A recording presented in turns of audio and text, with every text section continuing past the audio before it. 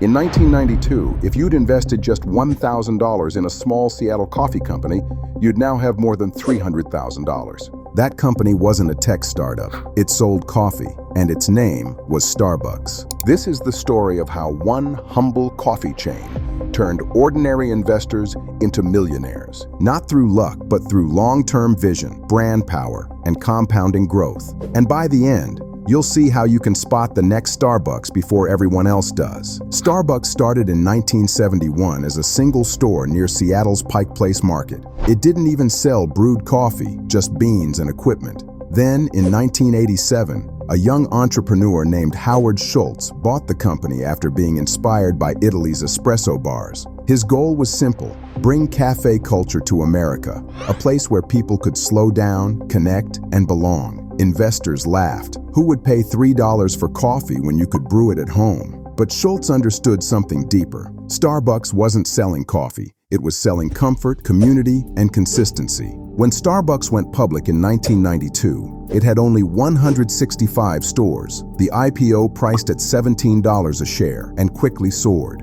Fast forward to today, Starbucks operates more than 38,000 stores in 80 countries, serving 100 million customers every week. A $1,000 investment in 1992 would now be worth over $300,000, not counting dividends. That's an average annual return of about 21%. Far higher than the S&P 500. Behind that growth wasn't magic. It was a mix of smart expansion, brand consistency, and the compounding effect of reinvested profits. Three things made Starbucks unstoppable. 1. Emotional branding. They created a feeling, not a product. Every store felt familiar, your third place between home and work. 2. Reinvestment. Instead of paying massive dividends early, Starbucks reinvested in new locations, supply chains, and employee training, letting growth compound. 3. Customer experience. Starbucks wasn't competing on price, it was competing on identity. People didn't just drink Starbucks, they became Starbucks customers. The result? Decades of loyal fans, predictable income, and a company that prints cash even when coffee prices rise. Starbucks teaches one of the simplest, yet hardest, lessons in investing. You don't need to chase trends. You need to believe early and hold long.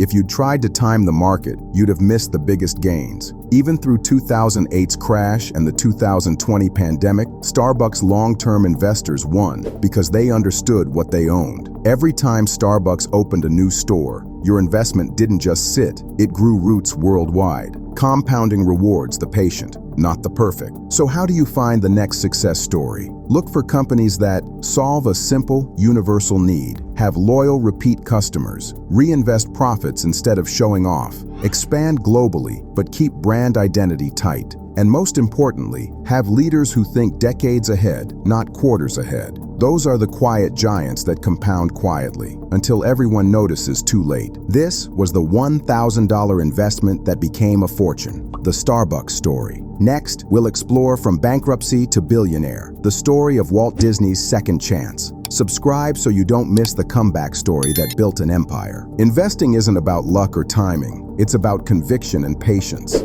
The best opportunities look boring at first, until they rewrite history. Start learning now, because the next Starbucks is always brewing. Power players, listen carefully.